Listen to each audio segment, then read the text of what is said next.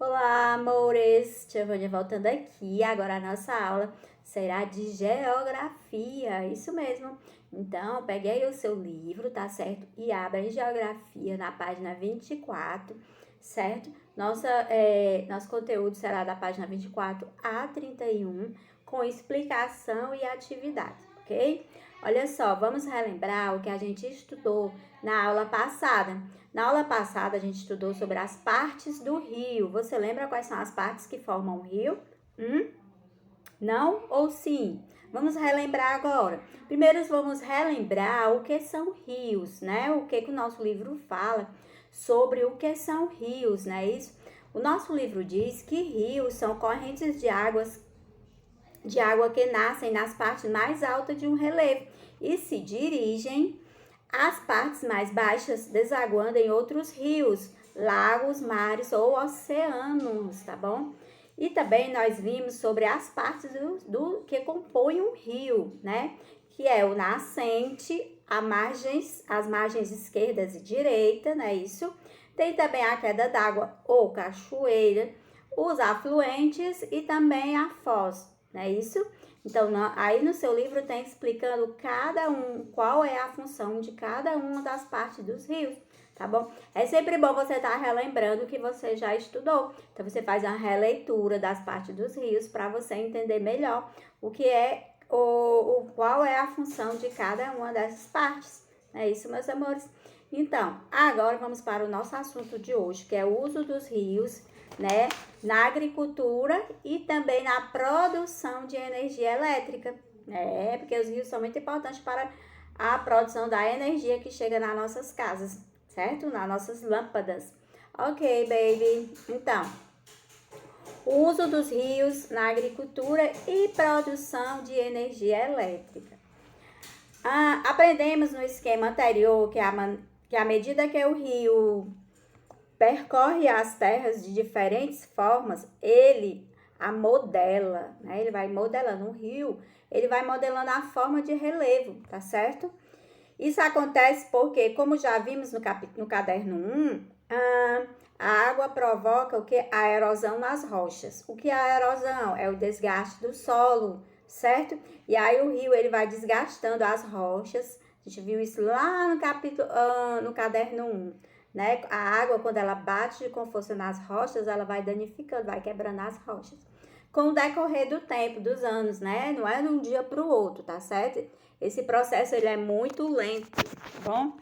Para gerar energia elétrica com o movimento das águas, ou seja, a correnteza dos rios, é necessário que o rio tenha bastante água durante todo o ano, correndo com grande velocidade por um terreno com desnível, quer dizer, que é desnível, que não é reto, não é um solo reto, certo? Um relevo reto, plano, é desnível, é elevado, entre altos e baixos, onde se instala a barragem da usina hidrelétrica. Mas como é possível produzir energia elétrica com o movimento da água? E aí nós temos um esqueminha que vai mostrar como é que é uma usina hidrelétrica, né? E como é que ela faz para gerar energia, tá bom? E aí nós temos aí no seu livro o esquema, tá certo? Temos aí, ó, o reservatório. Primeiro você vai ler as partes que formam a usina, tá certo? E nas partes que formam a usina, nós temos aí o reservatório, temos a represa, a compota d'água, a entrada, né, da água, o portão de controle da água, tudo direitinho, né? Nós temos aí essa caixa de força que guarda o transformador, o gerador, né, e o fluxo de água, tudo controlado, né? E passa por todo esse processo até chegar, né, aos portes e daí chegar nas nossas casas, não é isso? Então, olha só. De maneira bem simples, a correnteza do rio faz girar as várias turbinas que são instaladas no local onde existe maior aproveitamento da força das águas. Ou seja, na queda do rio ao girar, as turbinas produzem energia cinética, que é transformada pelo gerador em energia elétrica. Então, aí no seu livro está explicando o processo, né, da formação da energia elétrica até chegar nas casas, né, e iluminar os nossos ambientes. No Brasil, 80% da energia elétrica é produzida por hidrelétrica. Embora seja considerada uma forma de gerar energia que não causa poluição no ar, ela pode causar outros danos ambientais e sociais.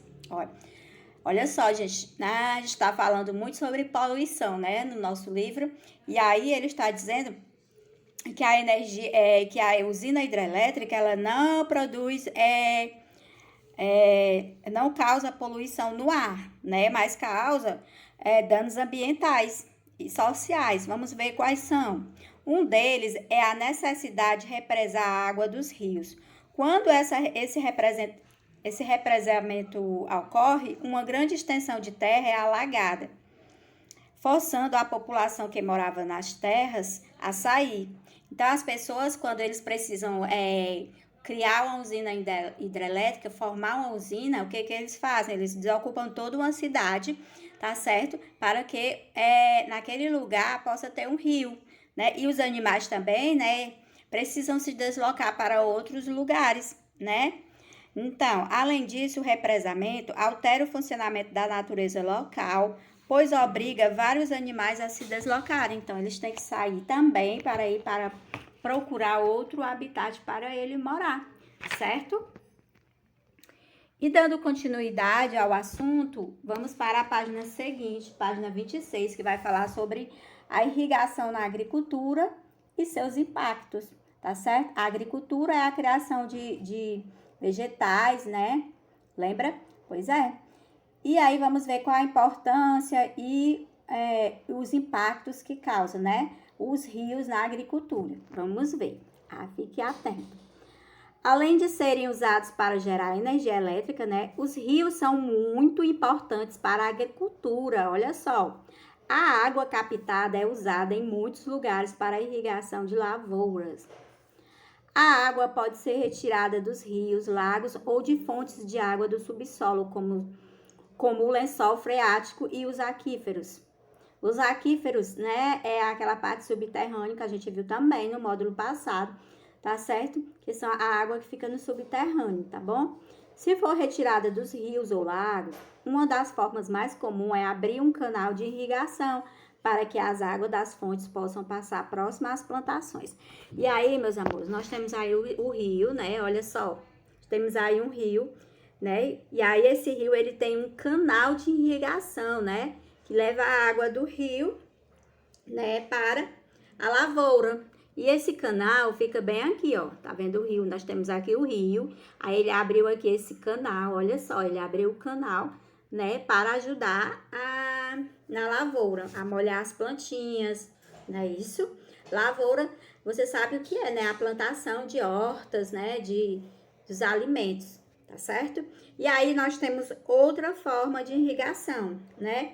Temos aí o controle de distribuição da água de sistema de irrigação por gotejamento. Aqui já é diferente. Observe que aqui ele fez um canal, ó, criou um espaço para a água sair, né? Isso. E na segunda imagem ele fez diferente. Já temos outro tipo de irrigação, né? Uma torneirinha onde saem umas gotinhas de água para molhar, tá bom? O solo, tá certo? E aí vai molhando e aí economiza mais água, tá certo?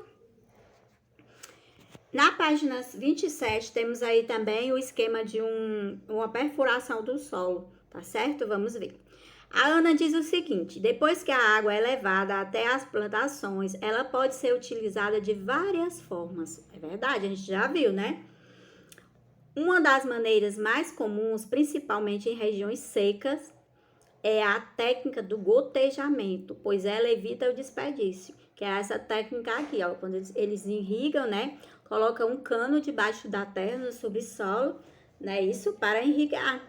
E aí tem o esquema, né, primeiro, olha só, o aquífero, bem aqui, a gente estudou muito sobre o aquífero no módulo anterior, no módulo 1, eu acho. Aí nós temos a rocha, né, porosa, o solo, que é a parte de cima, onde a gente pisa, e temos o aquífero mais embaixo, e lá no final, lá no subterrâneo, nós temos mais rochas, olha só, certo? E aí tem o processo de gotejamento, que é esse cano que eles colocam para pingar as gotinhas e a lavoura ficar sempre sendo como é que se diz? Aguando ela, né?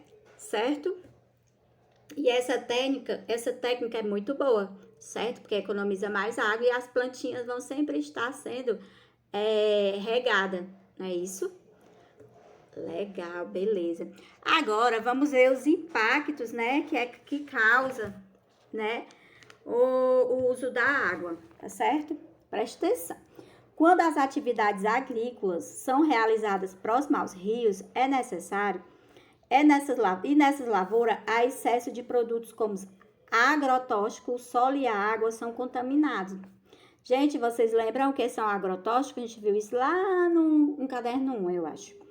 Que são substâncias que foram desenvolvidas para eliminar pragas. É um tipo de veneninho que eles colocam para eliminar pequenos insetos que consomem a plantação, as lavouras, né? E aí prejudica, tá certo? Então, eles colocam esse agrotóxico, esse veneninho, para que os insetos que gostam de comer as folhinhas, né? Eles saiam dali. Mas como isso ocorre? Quando chove, a água das enxurradas que lava as plantas e o solo superficialmente é carregado para os rios. Ao contaminar a água, esses agrotóxicos acabam matando as espécies de vegetais e animais aquáticos e terrestres. Então, quando eles colocam aí, xinga o agrotóxico nas folhas das plantinhas, né? Quando chove, aquele veneninho, corre para o rio e aí prejudica o meio ambiente, prejudicando os rios, né? Porque os peixes que estão lá nos rios, os animais aquáticos, né? Que pertencem a algum rio, tá certo? Alguns agricultores, quando desrespeitam a lei e desmatam até as margens dos rios, comprometem a mata ciliar. Que mata é essa, tia Vânia? Mata ciliar. Vamos ver aqui, o seu livro está explicando tudo direitinho. Chamamos mata ciliar, o que é? A formação vegetal localizada nas margens dos rios. Lembra que os rios eles têm duas margens, a margem direita e a margem esquerda. E entre as margens tem sempre o que? Mata. Tem plantas entre uma margem do lado e da outra da margem, não é isso? Então, isso daí é chamado de mata ciliar. O nome dessa mata que fica nos rios é mata ciliar. Olha só, observe essa imagem. Nós temos aqui uma margem, do outro lado outra margem, certo? Então, esses matinhos aqui, ó, chamamos de mata ciliar, tá certo? A existência da mata ciliar, além de contribuir para a beleza da paisagem, garantindo a biodiversidade animal e vegetal, melhora muito a qualidade da água, uma vez que segura o solo das margens com as raízes, deixando a água menos barrenta. A mata das margens dos rios segura o solo para que ela não caia no fundo do rio, ou seja, para que o solo não sofra a erosão das águas, nem soterre o rio. Quando essa mata é retirada, o solo das margens se deposita no rio. A esse processo damos o nome de assoreamento. Então, olha só, tudo tem sua importância na biodiversidade, não é isso? Então, essas matas que ficam das margens dos rios, elas são importantes para a proteção do rio, não é isso? Ao ser depositado no fundo do rio, o solo torna-o mais raso. Desse modo, os efeitos das enchentes serão maiores, pois o rio assoreado terá menor capacidade de receber água, provocando inundações nas cidades e no campo. Então, até para isso, gente, essas matinhas, elas são importantes. Evita que o rio encha demais e transborda para outras cidades, não é isso? Muito importante, viu? Tudo tem sua importância na biodiversidade, não é isso, meus amores? Agora, nós vamos para a página seguinte da sua atividade de hoje, tá certo? Na página 29, nós temos aí o interpretando, tá bom? Que é uma atividade assim para mais conversar, tá certo? Então, a gente vai para a atividade escrita, que é na página 30, tá bom? Temos aí uma paisagem, né? Ó, observe a imagem abaixo e responda as questões. E aí, nós temos um jatinho, um aviãozinho, né? Pulverizando, né? de agrotóxico em lavoura. Ele está colocando o agrotóxico, que como eu falei, agrotóxico é aquele veneninho para os insetos que comem as folhas e devora a plantação, tá certo? E aí eles colocam esses aviões, né, com esse agrotóxico em toda a lavoura, por cima, tá certo? E aí preste atenção agora na questão 1. Quais são as consequências desse tipo de prática utilizado na agricultura? Qual é a consequência? Né? Tem várias, né? A contaminação da água, que a tia Vânia já falou, né? As substâncias, quando chove, é levado para... Esse agrotóxico é levado para os rios, né? E aí, o que acontece? Prejudicando os animais marinhos, não é isso? 2. De acordo com os seus estudos, cite 2 das várias funções dos rios. Aí, ó, você vai fazer uma releitura da função da importância do rio, tá certo? Ele serve para quê? Os rios, a gente já acabou de estudar, que ele tem uma função muito importante, não é isso? E a gente estudou 2 em específico, não é isso? O que são matas ciliares? Então, tem também aí no seu livro, faça uma releitura para você escrever direitinho aí a resposta, o que são matas ciliares, tá bom? E vamos relembrar para que servem os rios. Vá lá na leitura do texto e aí você vai encontrar a resposta e aí você vai escrever aí, tá bom, meus amores? 2. Assinale V ou F nas afirmativas, daí você vai reler, lê aí as frases, lê as sentenças e aí você vai marcar verdadeiro ou falso. 3. Construa apenas uma frase utilizando os seguintes termos. E aí você vai usar uma frase só, viu? Não é 3 frases para cada palavra, não. Presta atenção. Você tem agricultura, agrotóxico e contaminação das águas. Você vai usar a sua criatividade e você vai formar uma frase envolvendo essas 3 palavrinhas aí, tá bom? Uma frase. Não é uma frase para cada um, não. É apenas uma frase, tá bom? Sei que você consegue. 4. Por que a mata ciliar deve ser protegida? Se você fez a leitura e entendeu o conteúdo, você vai entender por que elas devem ser protegidas, as matas ciliares. Que são, as matas ciliares são as margens, né? Os matinhos que ficam na margem dos rios, não é isso? Então, meus amores, essa é a nossa atividade de hoje. Espero que você tenha compreendido o conteúdo explicado aqui, tá certo? Ok, baby? Um cheiro pra você e até amanhã. Tchau!